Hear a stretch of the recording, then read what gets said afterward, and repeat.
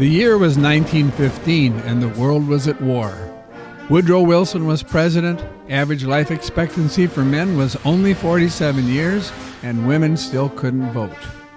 Winona was past its boomtown days as a lumber capital, but the Association of Commerce was thriving, movies and live entertainment were popular, and communities everywhere were looking for ways to broaden culture and instill civic pride.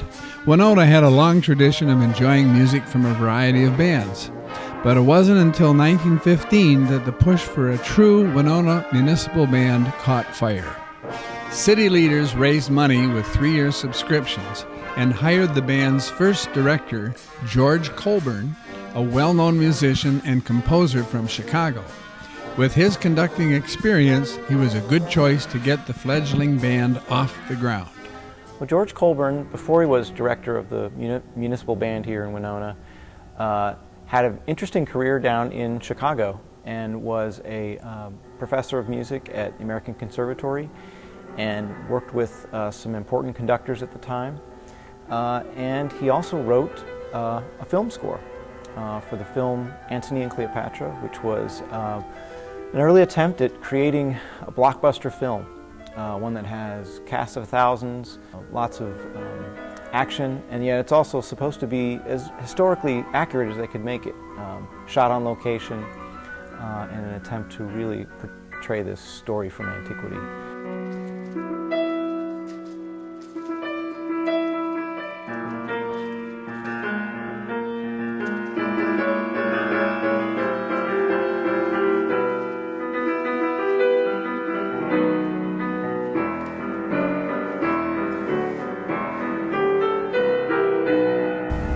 Of the very few things we know of our grandfather was the music that he wrote and we had in our possession.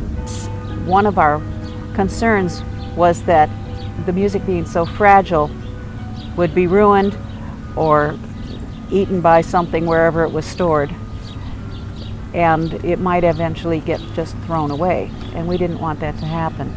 So we were very happy that Winona had a historical organization that was willing to archive this music. The day we found out about the box that was coming from Colburn's granddaughters, we were invited to the Winona Historical Center. I think the most interesting thing was it struck me as how much material was there, and they were wide-ranging, everything from what looked like some popular songs to orchestral pieces. One of those days in my life, I think, that was incredibly thrilling because we knew we were among the first people to see this material in probably almost 100 years.